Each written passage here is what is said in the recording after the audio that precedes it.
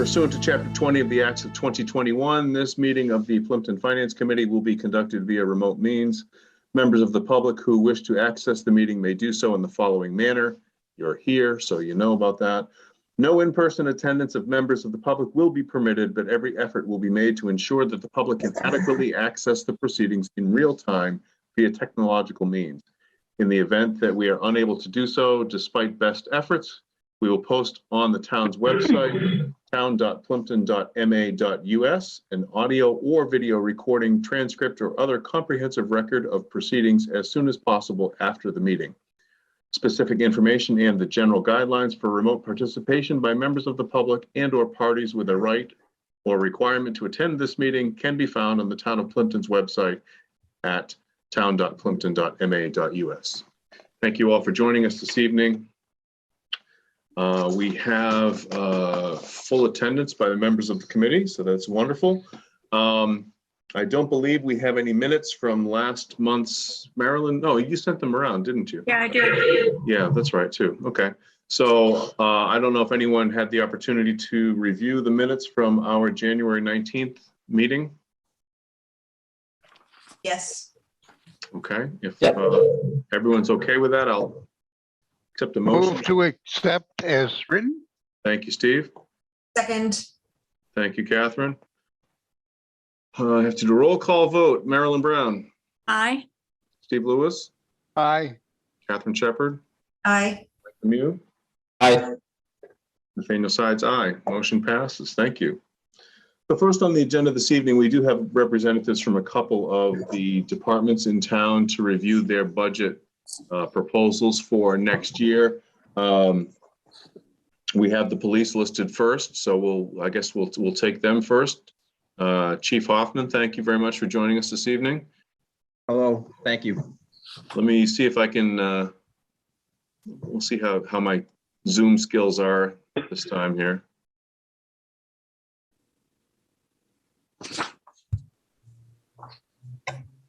Can you all see that? Yes. Okay, Yes. good. Let me go back up to the top page here and we'll. All right. Very good. All right. So Chief, I don't know if you want to just sort of talk us through your submissions here, or if you just want to let us, you know, we can take it page by page and we can just ask questions as they come along. We're open to however you wish to proceed. That sounds great. The police chief salary right now will be negotiated for whoever is elected as the new permanent chief. Okay. So we don't have an answer for that right this moment. Okay. So we're just kind of keeping it as a placeholder, same as last year? Yes. Okay.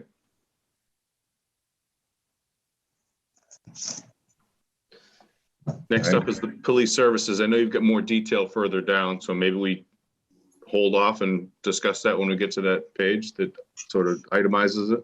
Sure. Okay. All right.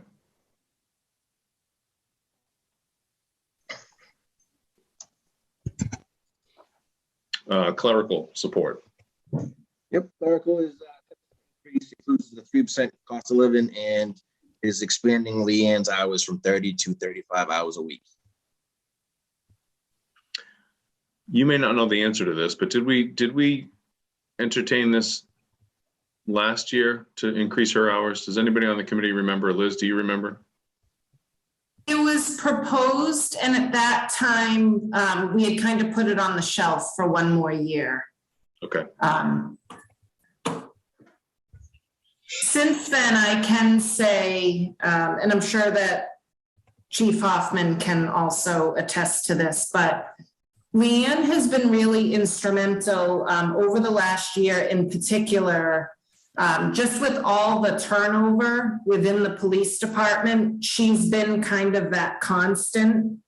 And I do think that the additional 5 hours a week in this particular situation would go very far.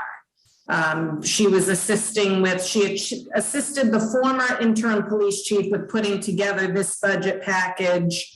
And then she went through it with Chief Hoffman. she's definitely expanded her role there over the last few years. She's also taking somewhat of a lead on some of the various technology contracts that we have going and some of the different, with communicating with the different vendors on some of that. Former Chief Matt Clancy had kind of taken the lead on a lot of that stuff. And because that building was the newest one, with proper climate controls and everything, that's sort of where the hub of our fiber optic network is, and everything like that. And there are a lot of different vendors involved, honestly, too many vendors. But Leanne has been wonderful as far as keeping everything organized with that. She's been like that one remaining constant. And she's often asked to work more than her base hours anyway. So I think budgeting accordingly for next year and bringing her up to the 35 hours a week, I do think that that's reasonable. She's also the face that people see when they walk into the police station. She's there to assist the public, so. That's probably not a bad thing. I've seen some of the other faces available. I mean, you know, just saying. I agree. She's been very valuable, and we can't put a price on her, and that's through everybody on the department. She does a very, very good job. Great. Okay. Thank you. Any questions from the committee on this particular line? Okay. DARE officer. Back from COVID, you know, Officer Smith's been going by weekly now, contributing to teaching the kids DARE classes.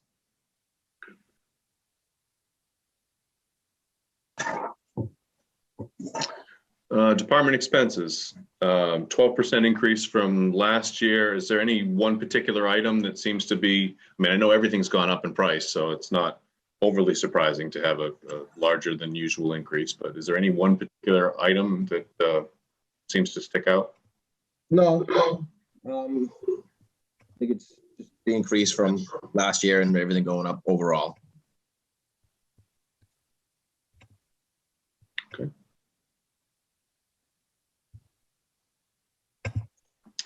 Utilities. 5% increase from 2022 to accommodate the open Cape internet that we currently have. That is totaling $800 a month. What were we using previously? Was it Comcast or? I believe We it was- all had Comcast. So every building was paying a Comcast internet bill. Now it's all been combined into one invoice from Open Cape. And we do get a discount because the hub, if you will, like the main switches for it are located within the police department. So we actually get a public safety discount because that's where the main fiber itself comes in. So we opted to just have the police department pay that invoice. That way there was no confusion about where it was being mailed or something not being paid. So we should see a corresponding decrease in other departments. Is that what you're saying? Some departments, yes. The other weird part with the arrangement, so we moved over to it's voice over IP telephone service. And for that, that bill is actually going to come under townhouse utilities for next fiscal year. That comes to Bridget. So she pays that. We're still trying to get a handle on how much an average monthly bill is going to be for the voice over IP phone. There were a few miscellaneous charges added on to the first and second invoices that we don't believe we should be required to pay. So there's still some back and forth on that. And when I do the townhouse utilities budget, I'll have that. We have been going through with the departments. I had got in touch with all the department heads to kind of see which utilities people were paying. It seems to be pretty bare bones, but I will have all that information so that we can possibly see a corresponding decrease for some of these. Okay. What's hurting us right now is, for example, with the fire department, I assumed that once we got rid of the large Comcast bill, that there would be a savings, but they're spending a small fortune on heat right now. It seems like heat and electric have gone up quite a bit. So, but we are working on that, and there should be some decreases for a couple of the buildings. Okay, thanks. Motor vehicles. So, Sorry. no, go ahead. I was just gonna say the lease payments for the two new cruisers, the Chevy Tahoe and the Ford F-150 truck. Those are the new vehicles being added. Lease payments into the fleet. Do you anticipate adding another vehicle to the fleet this year, or is this the only expense that you'll have? In other words, are you going to seek a warrant article to add another cruiser? Correct. Right now, no. That's not a plan. Good answer.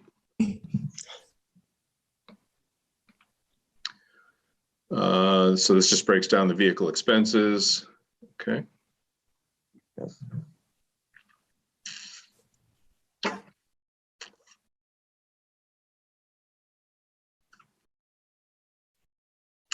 Okay, so this comes back to your services line, and in your introductory letter, you mentioned the request to add another full-time patrolman to facilitate having two officers on duty 24/7. We were under the impression that we did that last year, so I think the committee would like some sort of an explanation on why it's being presented again. Sure. Right now with police reform, the plan is to have the 2 sergeants and the 8 full-time officers be in compliance with police reform, and to have them fully trained to avoid liability, so they can be held accountable for the department not having one man. At the same time, I know, unlike times past where we've lost officers that have had little to no time on the job, we've had that turnover now from the chief to the 2 sergeants and a couple officers that have left. It's kind of, we've been chasing that void, trying to fill it, that we haven't been able to fill. I know the last position was still trying to fill as well.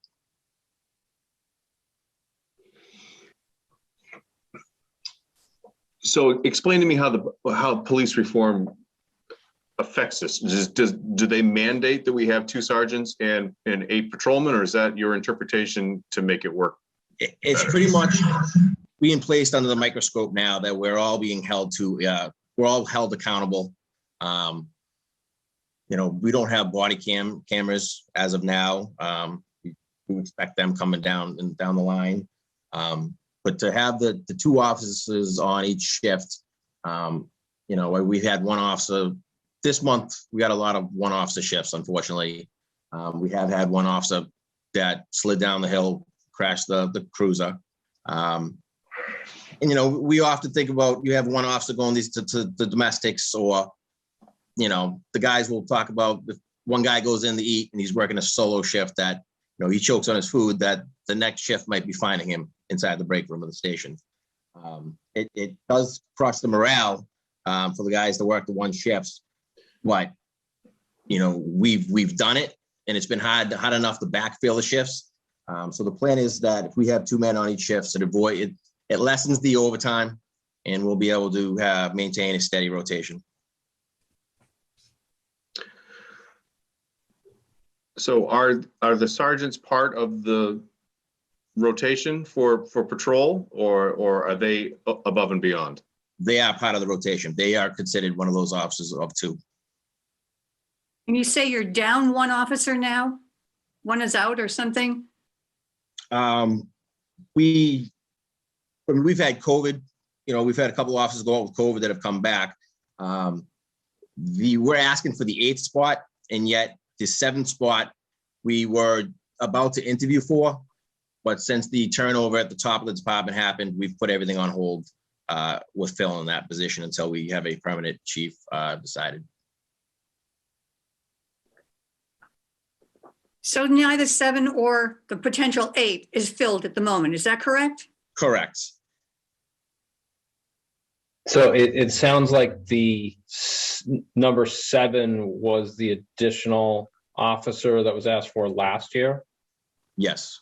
Okay, and you had said just to avoid liability, and maybe this is going towards what Nate was asking.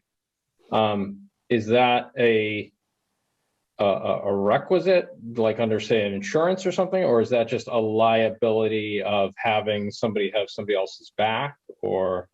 Yes, it's sort of both. You know, I just the chance for more higher risk of whether it be injury to the officer or to someone else. It's just greater to have the one officer that it could happen, as opposed to having the 2 officers, say like a domestic, where things can be controlled better. And that goes for both the safety of the public and the officers. But we would have the 2 officers, unless I'm misunderstanding, if we filled the 7th position. Is that not correct? Or would we need the 8th? We would need the 8th. Okay. So I guess that's where I'm confused, because we had this same discussion last year with your predecessor, and we've had it for 2 years now. This is the 3rd year that this has come up for discussion. 2 years ago, we couldn't fund it. Last year, we did fund it, and we were told at that time that by funding an additional full-time officer last year, we would be enabling the town to have 2 patrol officers around the clock. So, and just doing the math, I mean, I assume full-time means 40 hours a week, give or take. So, you know, doing the math, 8 times 40 is 320 hours, and there are 336 hours in a week to have 2 full-time officers. So to me, the sergeants seem like they're over and above, but you said that they were part of the patrol rotation. So if we have a sergeant and a patrolman as our patrol crew from, you know, 3 p.m. to 11 p.m., why do we need another officer? A lot of the scheduling, whether it's officers going sick, vacation, backfilling needs. Currently, right now, in my position, I'm off the rotation, the regular scheduled rotation. We do have Lacey, one of our officers, is about to go in the academy. We have the part-timers that we've been filling a lot of the spots in, kind of patching the holes. They're trying to go through the Bridge Academy. Some are, and there might be 1 or 2 that aren't going to go through the Bridge Academy. So the plan here is to have that schedule where there will be no one man shifts. If there's something unforeseen, a sick day, vacation day, that we can replace that officer with another full-time officer. Is part of that because you're not able to do? I was one of the sergeants, so I've been removed from the schedule for now. Currently, we have 1 sergeant that's on the schedule. So until the permanent chief is made, we're trying to push through right now without making any permanent changes, but we are intending on that come, you know, June, say if the new chief is decided on June. So is it premature to be adding another one? Not when it comes to having the 2 officers. We always wanted to have a minimum of 2 officers, mandatory minimum, so that no officer will be left working solo. Currently this month, we have about, I want to say 20 to 30 shifts where there are going to be 1 officer shifts. I have a question, Nate. Sure. Are there no part-time officers, just full-time now? They're going to be, Post is making it so the part-time officers have to make their choice, whether they want to complete the Bridge Academy so they are fully certified, or if they choose not to. And some of them are, you know, they have another job or they don't fill in as much with us. that they've decided not to go through that academy. But they're making it so there'll be no more part-time police officers. The state is making it, is that what you mean? Yes. Through posts. So what is the ideal number then, I guess, including, say, we had a permanent chief, that we would need of full-time police officers to fill the schedule so that there would be, 2 men on at every time? The 2 sergeants and the 8 patrolmen. 2 sergeants, 8 patrolmen, and 1 full-time chief. Yes.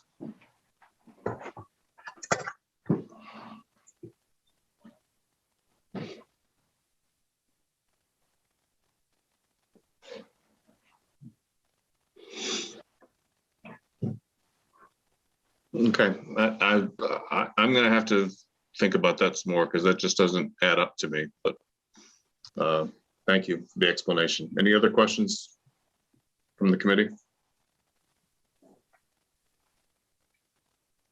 So do both sergeants work during the day? Does one cover one shift and one covers the second shift, or how does, obviously I know you're taken out of the equation at the moment, but in Mike's ideal world, how does a typical shift get staffed? The sergeants work different shifts. You'll have 1 shift for day shifts for the sergeant, and then you'll have 1 sergeant working usually 3 to 11. Okay, so during the day shift, you're working, we have a sergeant and we have 2 patrol officers. During the day shift, currently, it would be myself working, 1 sergeant, and 1 patrol officer. But the sergeant is considered that second officer to respond to calls with that 1 patrolman. Okay, and then from 3 to 11 would be the second sergeant and another patrol officer. Yes, And then from 11 to 7, ideally would be 2 patrol officers. ideally it would be 2.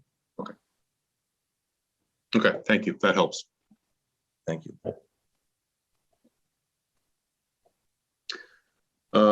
These I think are just miscellaneous. I don't know if you have any commentary you want to add to this, Chief. No, I think it's all spelled out. yes. And this just breaks it down specifically by. Now, these for this breakdown, when you list the specific officers here, I think there are 5, if I counted correct. Yeah, there's 5 people. So currently we have, are there people in the position that are currently in the academy, or are we using part-timers, or? We'll use patrol specials if, as a body, if we can get a second guy that's willing to come in as a patrol special. They don't make much, but they, some of them have plans to become a full-time eventually. Okay. So current staffing in the department is 1 sergeant and 5 full-time officers and yourself. Is that accurate? Current staffing right now is Can't hear him.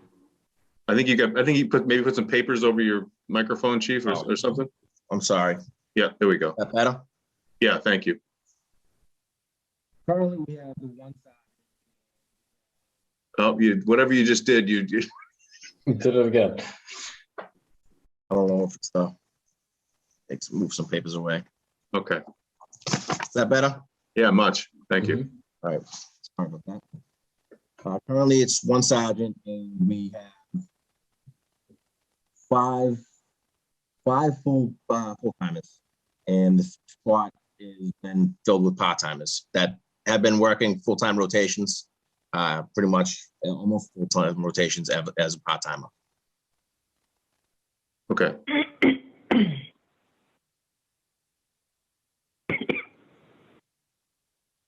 Okay.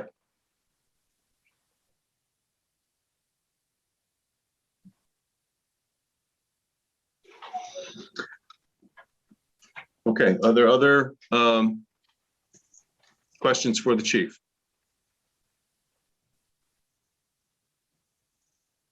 Chief Chief, is there anything else you wish to present to the committee? Not at this time. Okay, well then I will let you go out and save lives then. Appreciate your time. Thank you very much. Thank you all. Thanks, Chief. Thank you. So good, Chief Dan Hoffman. All right.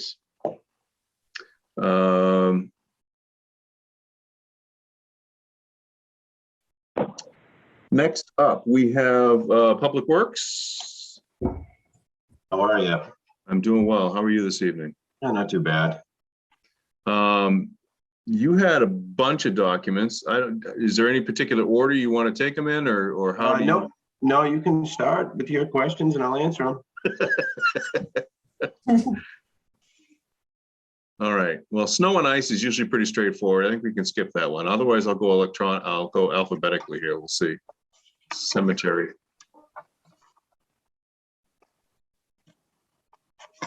Let me see if I can share. Actually, it looks like cemetery is level funded from last year. Yep, level funded, $1,000. All right.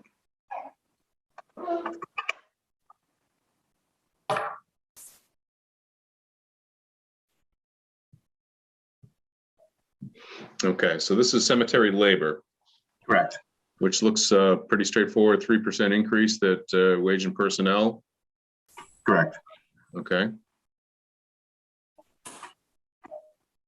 Nate, I think the big one that people might want to discuss, you'll notice that the highway, like the labor salaries line went up.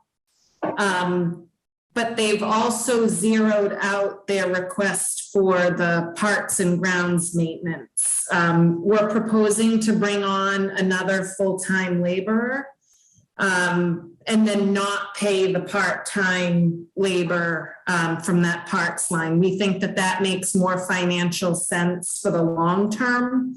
Also too, just for the stability of the department. They do a lot of good work and they're often called to do things that are kind of a little outside their normal scope. And there's very few people on the staff. And, you know, we also want to be kind of bringing people along. Ideally, people will work to obtain their CDL license. And Rob can speak to that a little bit more. But this is something that we feel like bringing on that extra labor, it'll help out in terms of not needing part-timers on the parks and grounds maintenance, and also even some requests that we've got recently from the rec committee, from the open space committee, for some different maintenance type activities. It would enable the department to better serve some of those other entities. In the wintertime, it would also save us hiring a snowplow driver. Our trucks are equipped with 9 or 10 foot plows, which range anywhere from 85 at a 9-foot plow to I think it's 90 for a 10. And then if the truck's equipped with a sander, that's $100 an hour that could be saving just in-house being able to do it instead of having to sub it out.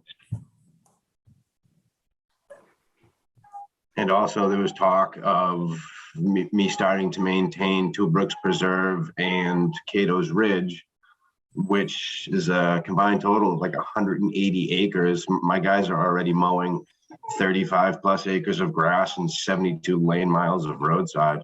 So they're pretty just busy just doing maintenance work, never mind repairing catch basins and catch basin cleaning, street sweepings, all the, you know, fun stuff that comes with the job. Sure. Okay, so this is the page I think that Liz was referring to. So any questions from any of the committee on this?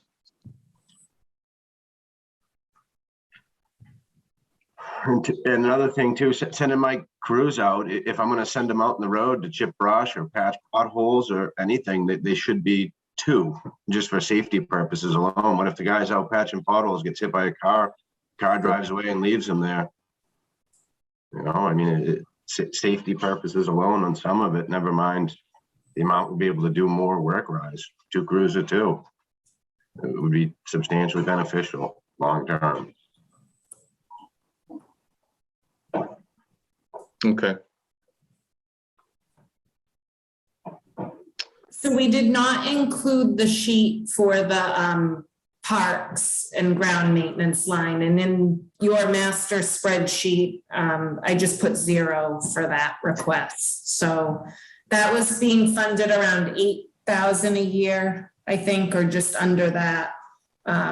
So would be doing away with that. And even though it's a little more upfront for this coming year, we do think that, you know, with the savings overall, even from the private contractors that do the plowing, just saving that alone, we think that this makes better financial sense for the department, kind of long term, and also looking at just overall stability for the department. Could we take a similar approach with cemetery labor, or is that? Cemetery labor is some stuff that has been subbed out. Maybe, possibly. I haven't really put much thought into losing that because of the people that provide that service for us. I mean, it's only $2,500. I'm just thinking, you know. Yeah, that's. I mean, yeah, I could probably offset it. It would be more work. I mean, I definitely need the other person to offset that cost. That $2,500 pays for a crew of 3 to come in and do the weed whacking in the cemeteries. Okay. All right. Liz, off the top of your head, is there another sheet that you think we should? I mean, I know I'm assuming most of these are pretty straightforward. In transfer station, I know we have to discuss, but is there another one that we? Transfer station is pretty straightforward too. And then on the sheet for their administrative assistant, I think they did a nice job of kind of breaking it out. One shows if Colleen was working, I think it's 10 hours or 13 hours for a portion of the year, and then 15 hours during sticker season. But ideally, she could be there the 15 hours the entire time. She's taken the lead on a really important grant program. They're going to be looking into pay as you throw and all sorts of other options so that our transfer station operation can hopefully sustain itself. And she's taken on that project all on her own, and she's been coming in even kind of on her own time to get some of the stuff done for it. It's a grant program through Mass DEP. So I think if she were able to be there and properly budgeted for the 15 hours a week, like they broke out on there, I think that would be fantastic for them. They've been trying to kind of keep it together, and she's been doing some stuff on her own time. Colleen definitely does stuff on her own time for us, which is greatly appreciated. The position was originally a 15-hour position, and it got derated, and it really should never have been. Okay. It was 15 hours before. And then I think for the current year that we're in, there was a little bit of confusion because in prior years, for a while, there were 2 people kind of splitting the hours. Correct. So sometimes that second person would sort of flex their hours. So when they were doing the budget estimate for the current year that we're in, I don't think that kind of second set of hours was properly calculated, and then it kind of left. Wasn't this where some of the building department assistant hours were? Our former assistant treasurer collector was working down there a few hours a week. So she had to work less hours with the hourly rate. And I think that got kind of lost in translation for the current year that we're in. But now, especially with the grant program and everything, we're trying to figure out how to keep the transfer station a viable option for residents. And Colleen contacted DEP and went out and enrolled in this grant program for us. So they're gonna do like a whole study for us and everything. And she's spearheading that effort.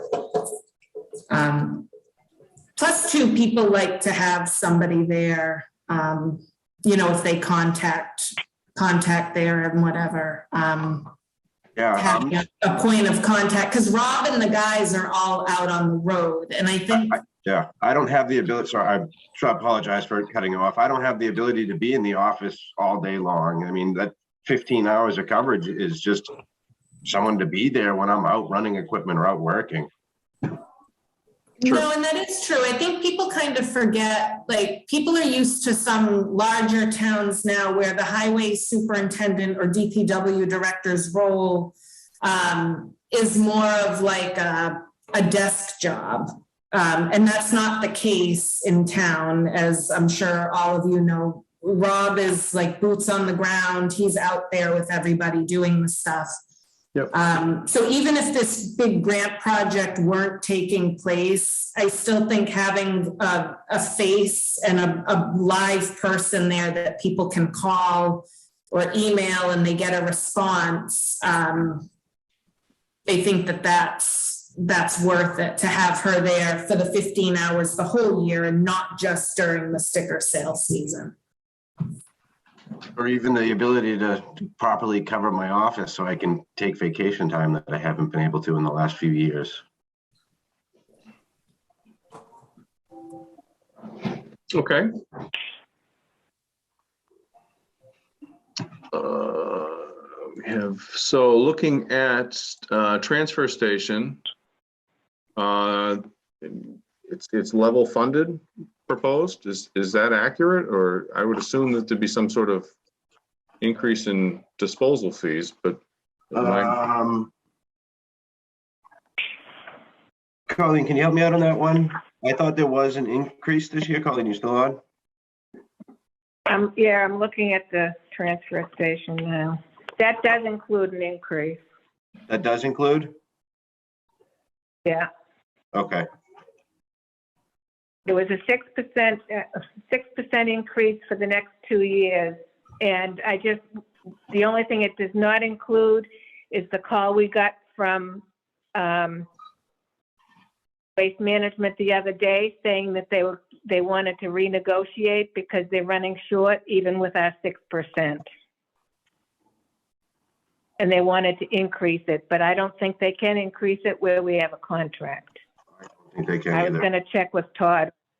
From DEP on that. But she said I'd have it Monday and it's not here yet, so. so the number that you submitted is the number that was approved for this current year. So if I don't know if you need to. I don't think the math's right. Well, I'm just looking at the bottom line. We approved. Yeah, I don't think those total up to 141. Not 141, it's 128. The total number at the bottom, Colleen.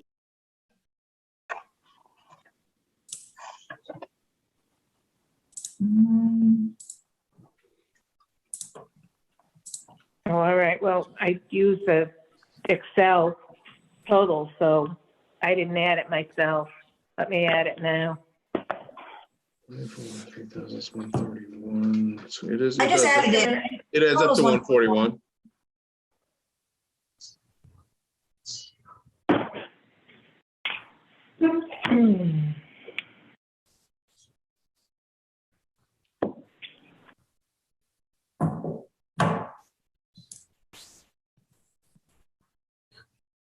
And it definitely was 141 last year too, Nate. That's what we have, yeah. It usually auto-populates, so. Well, and I think, was it 120, 125 last year, or was that the year prior? it was at I don't have the 125, breakdown of- 125 for fiscal 21 and 141 for fiscal 22. Okay. So it sounds like we might need to increase that by 6%. Yeah, that's what I'm asking. I mean, we can do that line. We can add 6%. Does that include the hazardous waste day? Yes, Colleen. It's on that line item. It does include it.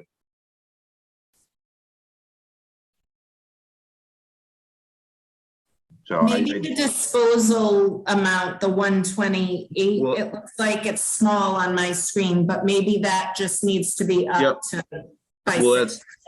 add 6% to that. Yeah, I think that sounds like what they're Take saying. care of that, Nate, in your spreadsheet for FinCom. Okay, I'll adjust that. So we'll add 6. I'll call Waste Management when I'm in Friday and get exactly what they were talking about. And I'll get back to you, Nate. Okay, thank you. Yeah, it's basically $7,800 we'd want to add to the line. Hopefully they honor our contract and don't yes. pressure us into negotiating something else. Yeah. Okay, then I think the only other one is the labor from transfer station. Let me bring that one up here for a sec.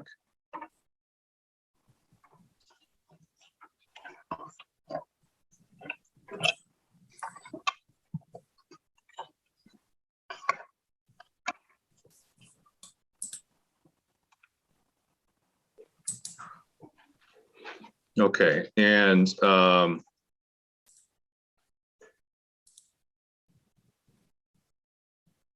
looks pretty straightforward. I noticed you listed basically 2 numbers for everybody. Is that the 3% is what? Not for everybody.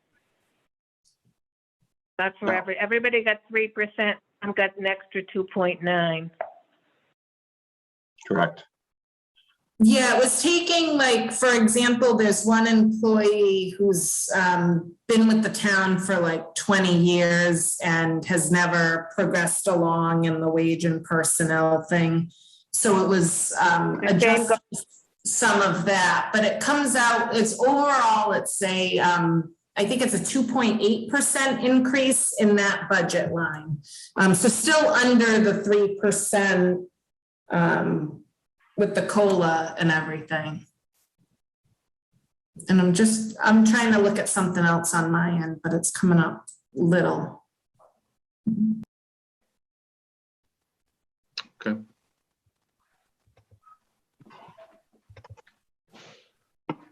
Any questions from the committee?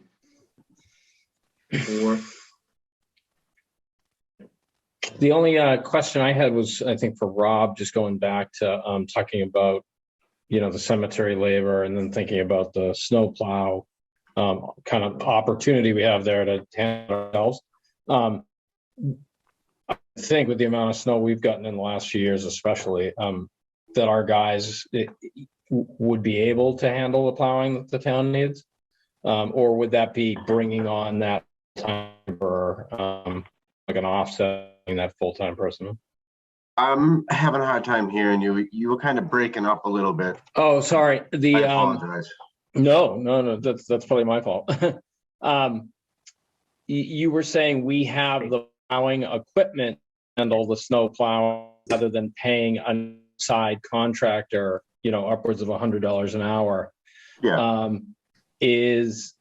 Could we cover the plowing, do you think, as a town, at current staffing levels, or would we need that additional full-time laborer to do that? Well, we hire out subcontractors now. I mean, we have equipment that sits there that we can't use. We have to hire out people to fill the equipment's position that we already have, in a way. Yeah, so I'm saying it's your feeling that we can cover it, but we need that labor, that additional full-time person to do that. We've been making do with what we have, but we should have another full-time person. Yep. The amount of labor is growing. I mean, the stuff that I'm being asked to do is far more now than what it used to be. So in order to compensate for that, you need the extra staff, or everything's going to fall behind trying to do newer stuff instead of regular general maintenance that needs to be done regularly. Like it has to be done. Yep. So Rob, you mentioned you thought you might be asked to cover two Brooks and Cato's Ridge areas. I mean, who makes that determination? Is that the selectmen that determine that? I suppose I've been, I don't know whose actual determination is it, but I've had them out that. Liz, can you help me out on that? Whose Yeah, determination? so Technically? we get requests from time to time from different boards and committees for the highway department services. So in that particular case, it came from the open space committee. And, you know, we made the selectmen aware of it, and they supported the request, but Rob doesn't have it in his budget currently, so it's putting a strain on everything. And that's part of the reason why we think, just for stability of the department, and financially speaking, more for the long term. Short term, I know it's a little bit of sticker shock seeing a whole extra position on there. But we feel like this is the best course of action. But yes, it's the selectmen who support him honoring those types of requests. Another one was from, I believe it was from the Recreation Committee, or it may have been through the parent group at Dennett. But they wanted more extensive mowing and different things done for one of the sports fields. And that turned into kind of a large project. But again, the selectmen want, you know, them to be happy. And also for some of the stuff, it's very visible in town. And then even for some of our open space areas or our parkland, having a well-maintained entrance to those places and everything, it's important to people. And in the case of Two Brooks Preserve, I mean, that was a significant investment that the town made. So we want to see it being maintained, but I think we just need to give Rob the tools and the manpower to get it done. Sure. No, I'm not questioning that at all. I fully understand Rob's only got so many people that he can do things with. I guess I was just trying to get to, you know, who authorizes that type of stuff. And you know, and we've heard for years how important open space is to the residents, and you know, and I certainly agree with that. Right. So I guess a lot of the people go to Rob directly. If it's something that he can handle and kind of Mickey Mouse an arrangement and get it to work, he does that. There are times when then he loops me into the discussion, and it's kind of like, well, wait a minute, how am I supposed to do this within the confines of my budget? And then I usually run it by the selectmen, specifically for a situation like this, where after talking with Rob, we figured that bringing an extra person on board is the next logical step. I wouldn't want that to come as a surprise to the selectmen. So kind of keeping them apprised every time their department's asked to do something, so that people aren't surprised when we're looking for that increase in the labor. yeah, I guess as a committee, I wanted to understand. I mean, if the selectmen support it, obviously you know, it's our job to figure out how to fund those types of mandates from the selectmen. So it helps me, and I think it helps the committee understand how we present it to the town at town meeting if Rob's being asked to do these things and it's being supported by the selectmen. So that, I think that helps our discussion when we're making a determination on this. So thanks for that. I have a question, back to the snow plowing again. I mean, even if you hire a full-time person and you have a major snowstorm like we had recently, aren't you still going to have to hire some part-timers? No, absolutely. Right now we have 13 subcontractors. We should have 14. We're already running one truck behind. So no matter what you do, you're going to have to hire out. Say the day after the storm, you gotta clean up all the slush on the roads. You can't send out 3 trucks. You need to send out 4 trucks because they need to work 2 trucks together. So that means now you have to hire somebody in the day after the storm to drive a truck to lead around one of the town crews. Okay. Okay, great. Good discussion. Any further comments or questions for Rob or Colleen, if she's still on the, I don't have her on the list anymore. She's still on. If it's possible going forward, I think if the expectation for, say, more town projects or just town beautification is going to fall on the highway department, I think just for Rob's benefit too, and anybody in the department, it would be great if that was part of the discussion, maybe when projects get initiated, that so then it's not, you know, maybe I don't want to say it's a last minute thing, but so that it isn't putting the highway department always in a kind of a tricky situation. I know that's not necessarily the purview of this committee, but just kind of an idea to float for everyone. You don't want to run the town, Mike, from this committee? No, not at all. I just want to help the departments be successful. No, yeah, I'm totally fine with that. Yeah, no, great. Okay. Then I guess, Rob, if you have nothing else that you feel like you'd want to say to us at this point, we appreciate your time. Thanks. And if we have any questions, we'll make sure to get back to you. All right, thank you. You guys have Thanks, a good Colleen. And I'll get back to you. I'll get Yeah, back to you on waste management. Yeah, thank you very Friday. much. Thank you very much. Appreciate that. Thanks. Okay. Have a good one. Good night.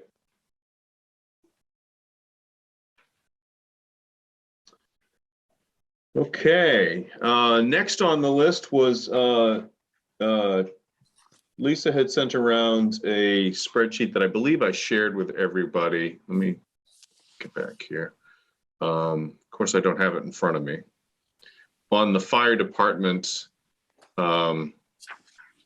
year-to-date expenditure. So while I look for it, Lisa, to share and put on the screen, do you want to just kind of talk through it?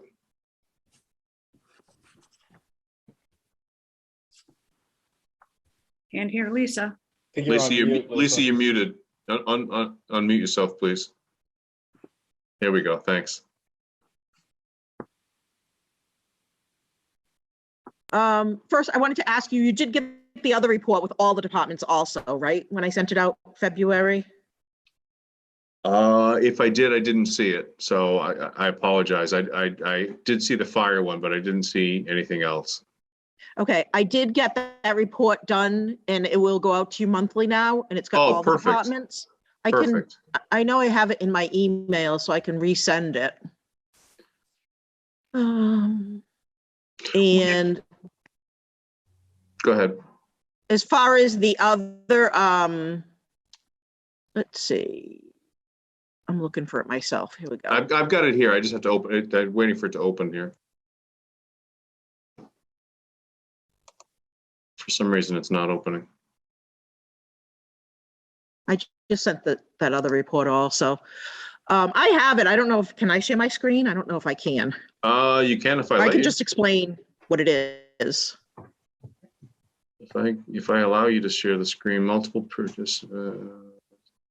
Okay, see if you can click on the bottom, share screen. You should be able to, well, it's thinking. Now, can you share screen? Do you have that green arrow at the bottom of the screen?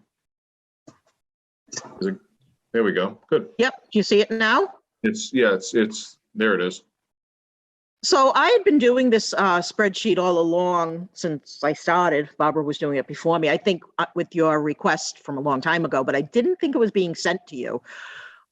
This is the spreadsheet. It's broken down into all the different expenses. So the expense line right over here is $60,000. It's broken into all these categories. This is what's been expended year to date, and this is the percentage. We are at 58, a little more than 58 because we're halfway through February, percent of the year. The end of February will be 66% of the year we're through. So you can see most of the categories are doing really well. However, there are a few, fire equipment and salaries, that are above their percentage where they should be. And if it keeps going, they'll obviously get further ahead. So the equipment line, does that include the reserve fund transfer that we did last month, or is that? Oh, no, it does not. Okay, it does not. That hasn't been updated. I will update that. Thank you for mentioning it. On the salaries, I think an important point to note, part of this, back when we were more in the height of COVID and before the County CARES Act expired, we were getting reimbursed for, say, for example, the person to be at the table at the townhouse, kind of checking people in and everything. The chief did attempt to move away from doing that to save on payroll. But at the request of Board of Health, the person is back there again. And then he tried again for a second time to remove that person from that duty of sitting at the table. But we're still waiting on the Board of Health. They haven't rescinded their guidance from December yet. And the December guidance has a person sitting there. So once again, that person was kind of reinstated there. I don't think that that's the only cost, factoring into them being, far beyond kind of the percentage based on where they're at in the fiscal year. But that is one factor that we tried to kind of curtail some of that.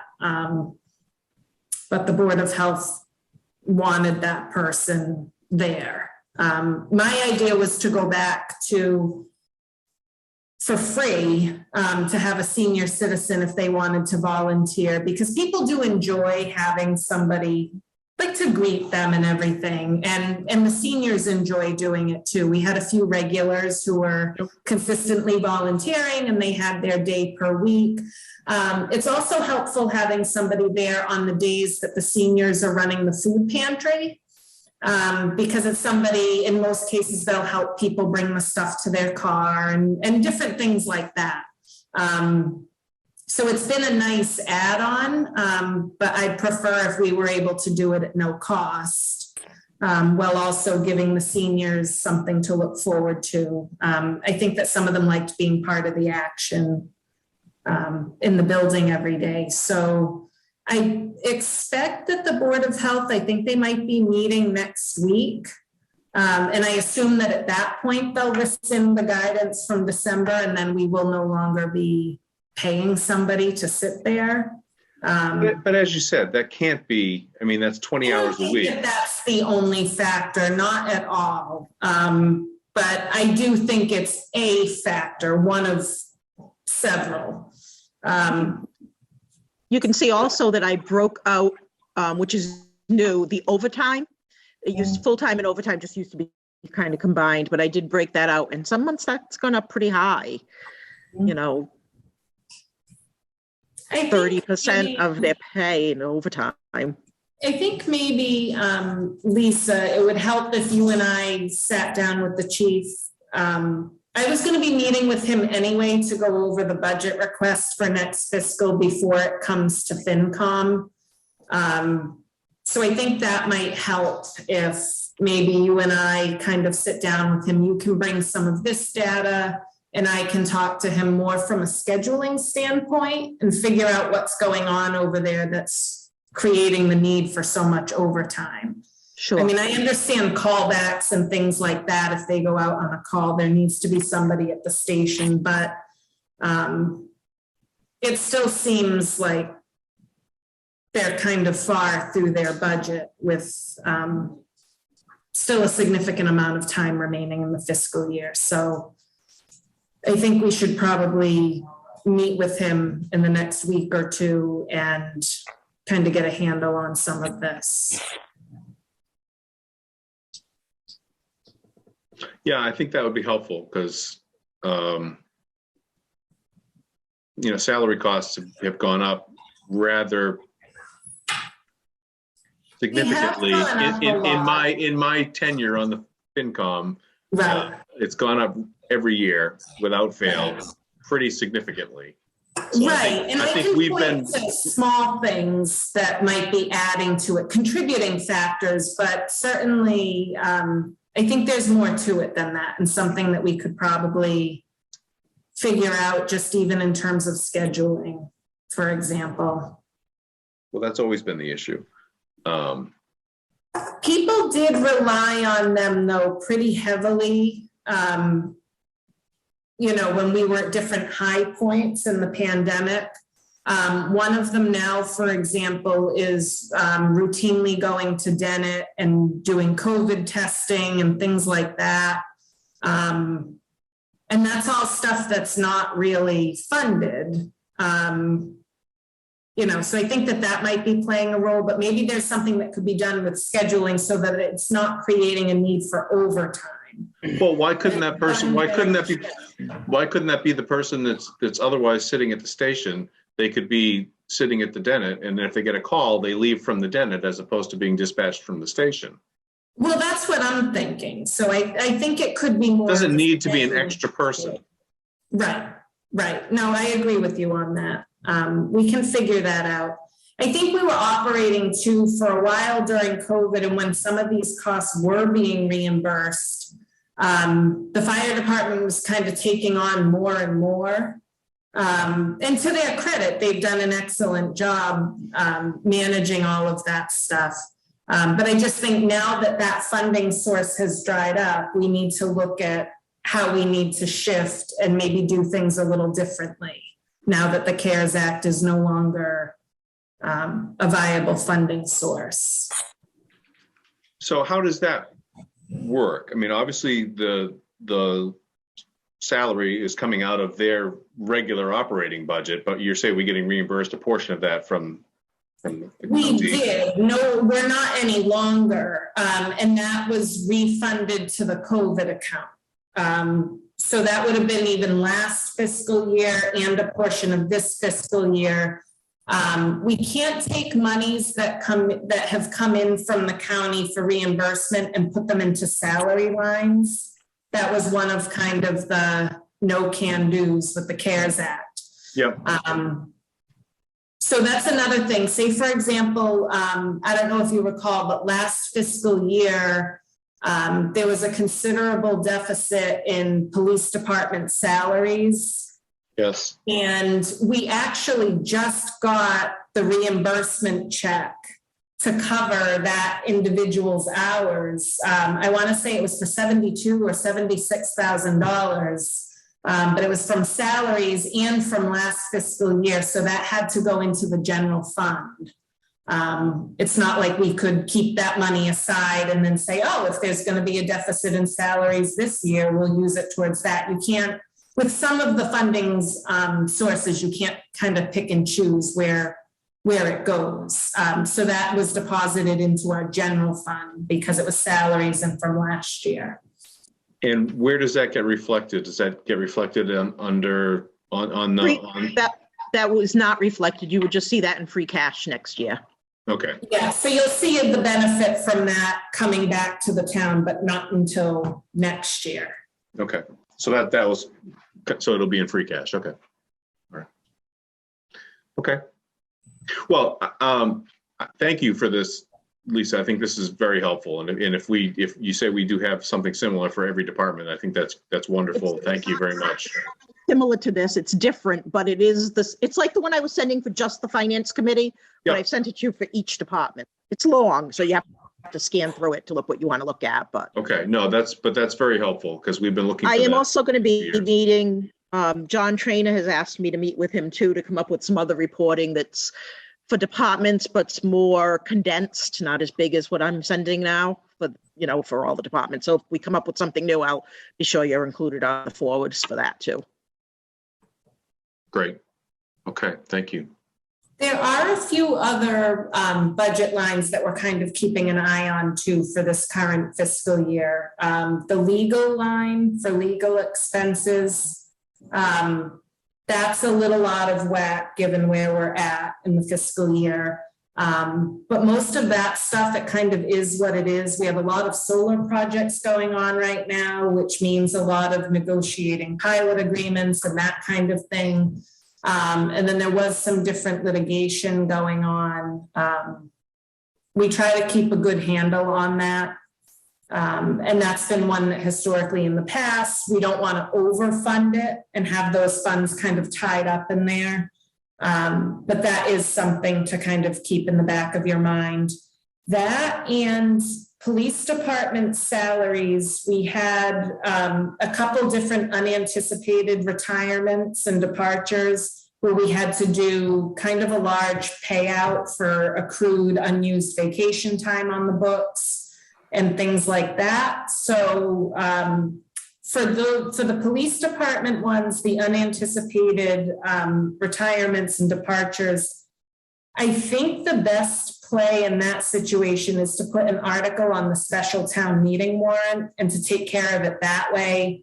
I'll try to get a concrete figure. I just have to get some of the payout information put together. But that, I think if we settled it in the way of an article, that might make more sense. Kind of like we did it was last fiscal, last year's town meeting, when the treasurer collector left and the town accountant left, and bringing, like, say, Lisa on board before the end of the year. I think maybe doing that in the way of an article might make more sense. Okay. Okay. So I've got the spreadsheet up. I have not personally taken the time to, or had the time to update this, so I don't know how up to date it is, Liz. I know you've been working on it as you go along, kind of. To it just the other day. This looks like an older version, though. Is this from your OneDrive link?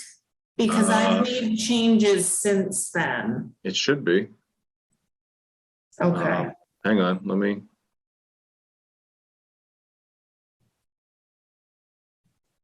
There were a few things that just looked old to me. Well, it's entirely possible. What is this background, Nate? That's the mighty Winnetoxet. Come on now. That's what it looked like. Really pretty. It's extremely peaceful. Yeah. Well, you know, I needed to have a stress-free evening, so I figured I would put that up there. I like it. All right, this says it's going to be this says you worked on it yesterday, so hopefully this is the most Okay, current that's one. the one. No.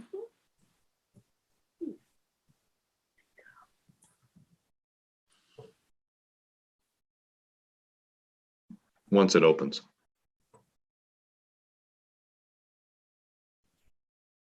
There we go.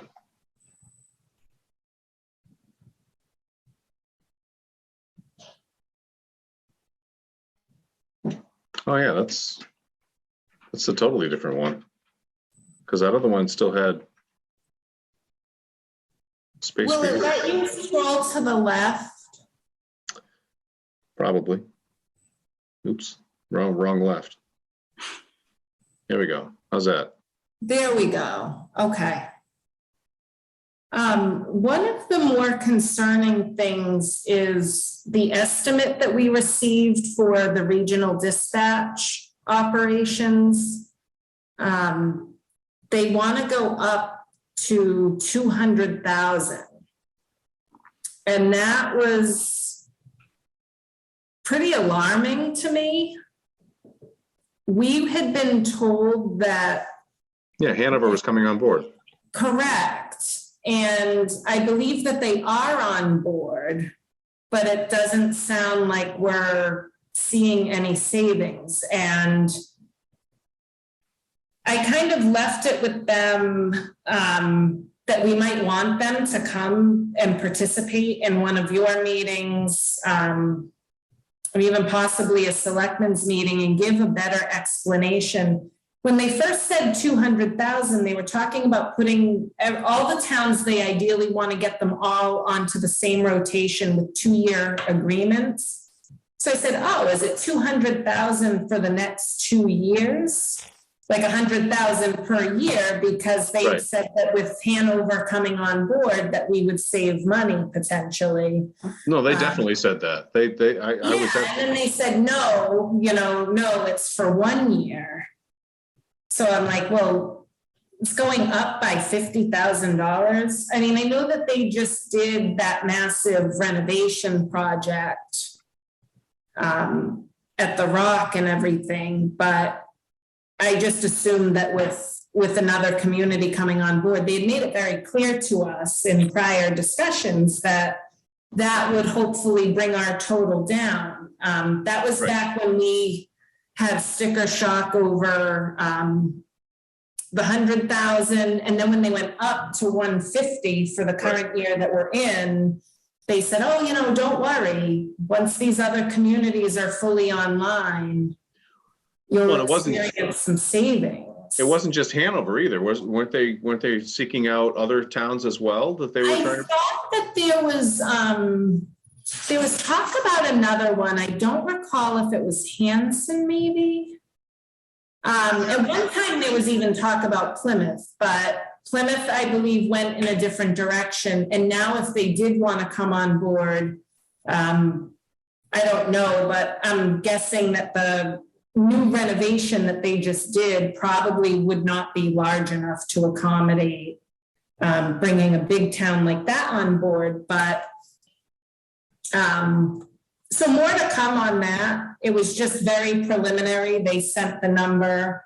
And I said, oh, you mean 100,000 per year? And they said, no, you know, 200,000 for fiscal 23 and then another 200,000 for fiscal 24.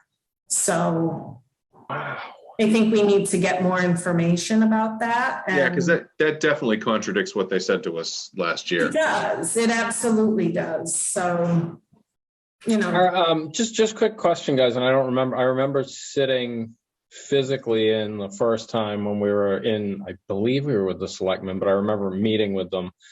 Is that all recorded or not? Do we remember? They should be, yeah, because I think I remember having a physical meeting in the main meeting room. So I could probably resurrect that. I'm sure it's on Area 58's website or on their YouTube. Yeah, I can try to get the meeting date and then. I know my brain can be like Swiss cheese sometimes, but so I don't want to misquote what somebody said, but I distinctly remember the pitch being that it would go up to a certain number and level off and like you get, and then we looked at the percentage of the Plympton had on average into the rest of the ones, correct? Right, and we questioned the call volume. Correct. Yeah. Yeah. Right. So I think we need to get more information on that. I also want to pull my email history with them because there were some different things in there too. So we can get that information together and kind of go from there. Okay, yeah, great, thank you. Any other lines off the top of your head that you think are noteworthy? Not in particular right now. I'm still working through some of the utilities items. The fire department, I want to sit down with them and adjust some of their requests. So that was the meeting I mentioned a few minutes ago.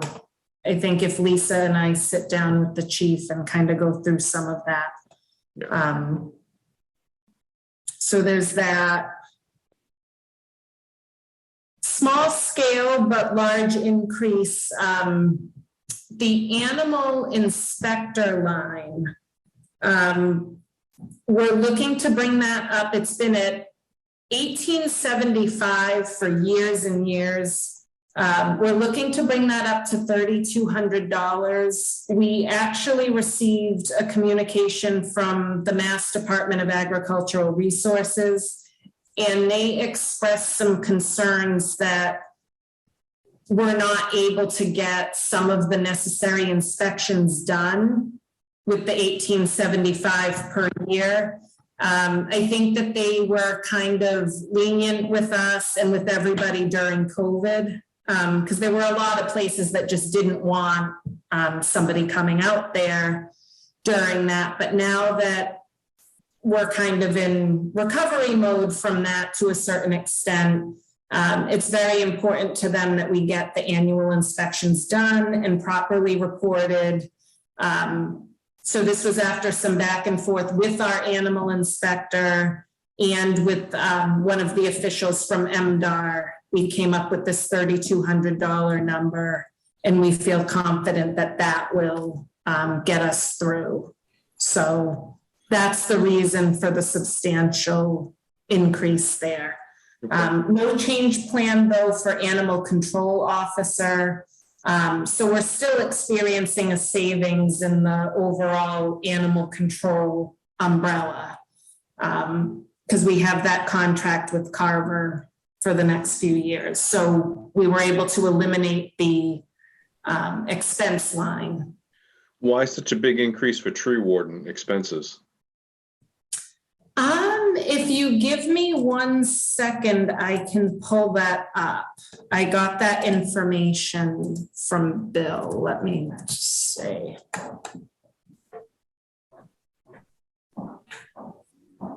Okay, do you want me to read his response? Or do you want me to share my screen? Yeah, I mean, if it's short and you can read it, I think that's fine. It's a few paragraphs, but then he did a short version. So the short version is, with the recent past budget cut and prevailing wage mandate in 2021, 1 day's worth of a vendor crew to get the worst standing trees is below bare minimum need. But then he gave a very elaborate breakdown of kind of what's going on. He gives prices, for example, for a 3-person 75-foot aerial lift with chipper and log truck. In 2021, that was about $2,500 for an 8-hour day at prevailing wage with the least expensive equipment, plus $464 for a police detail, would give you $2,964. So with the $5,000 expense budget, he could only really get 1 day with a tree vendor per year. He said that the remainder of the work he was trying to do himself and only have a police detail where it was absolutely needed.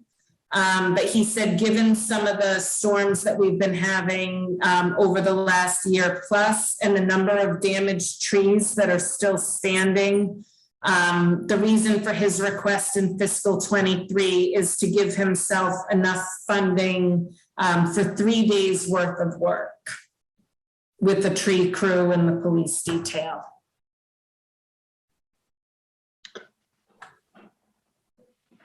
Okay, thank you.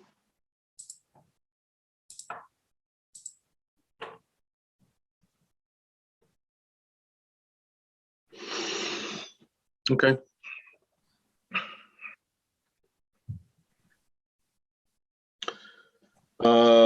The last item on our agenda, we had a meeting this past week with myself and town accountant and Liz and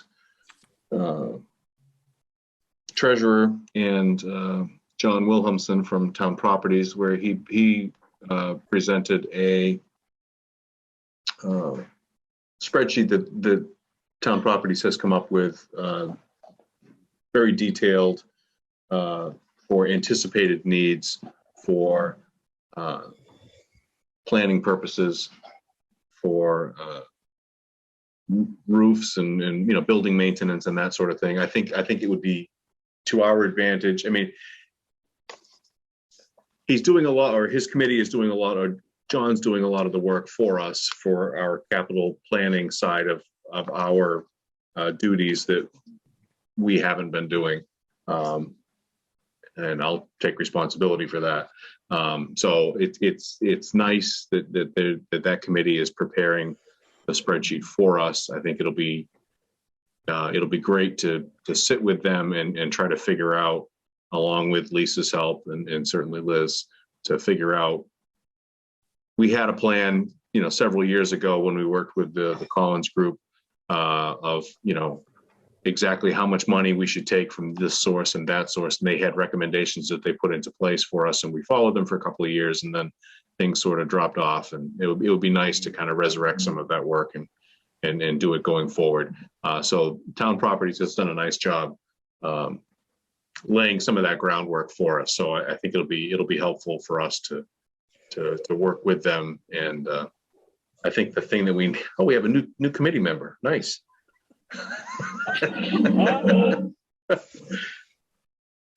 That's big. My husband said he was whining at the door. I said, I'm on mute. You can let him come up. Yeah, that's Wrigley. He's my golden doodle and he weighs about 85 pounds. He looks big. Yeah, he looks big. Wow. He's a moose. So I think the one thing that we need to get a handle on is Liz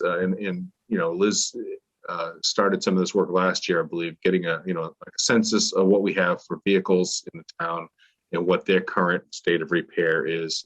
I learned at that meeting that the fire department engine repairs that we voted on last year are not going to happen.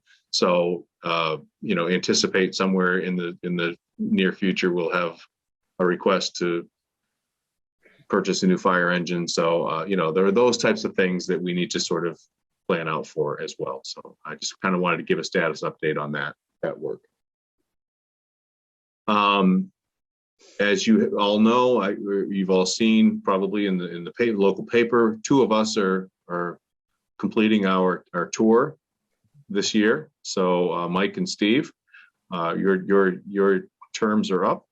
I don't know if either of you have plans to run for re-election or not, but I just wanted to make that known. I knew last time I was up for re-election, I didn't know. I wasn't even aware of it. So, until somebody wrote my name in, Marilyn. I have pulled papers. You have? Okay. All right. Very good. Mike, I know you have a lot of outside interests. You certainly don't have to discuss it at the moment, but I know you have a lot going on. So Sure. I certainly would appreciate you remaining on if you find the time to do so. All righty. That's okay. We can write him in too. Oh, good point. Excellent. No one's ever done that before. Just make sure you spell them you correctly. That's my way, my fail-safe to get out. Yeah, Tabernacle, that's easy. Uh-oh. Oh, no. Oh, jeez. Looks like we lost Liz. Are there any other items for discussion this evening? I'm still here. Oh, you are? Oh, okay, sorry. I guess my screen, okay, I lost you there somewhere. All righty, well then, thank you all for the time. Our next meeting is in a couple of weeks we're back to Monday on March 7th. And I believe we have fire department and. I think we wanted to do fire department and maybe the town properties Town committee. properties, yeah, that's what I have written down. Which would shed some light on some of the warrant articles. Yep. And then we have the schools can do your 21. March 21st. Yep. Yep. And we can pepper in all the miscellaneous ones. I'll send you all the info on those so that we can kind of fill in with those, Great. depending on time. Okay, sounds good. If there is nothing else, I will accept a motion to adjourn. So move. Thank you, Marilyn. Second. Second. Thank you, Catherine. Mike Lemieux, Aye. Steve Lewis, Aye. Marilyn Brown, Aye. Catherine Shepherd, Aye. and I agree. We are adjourned, 7:29. Thank you all very much. Good night, everybody.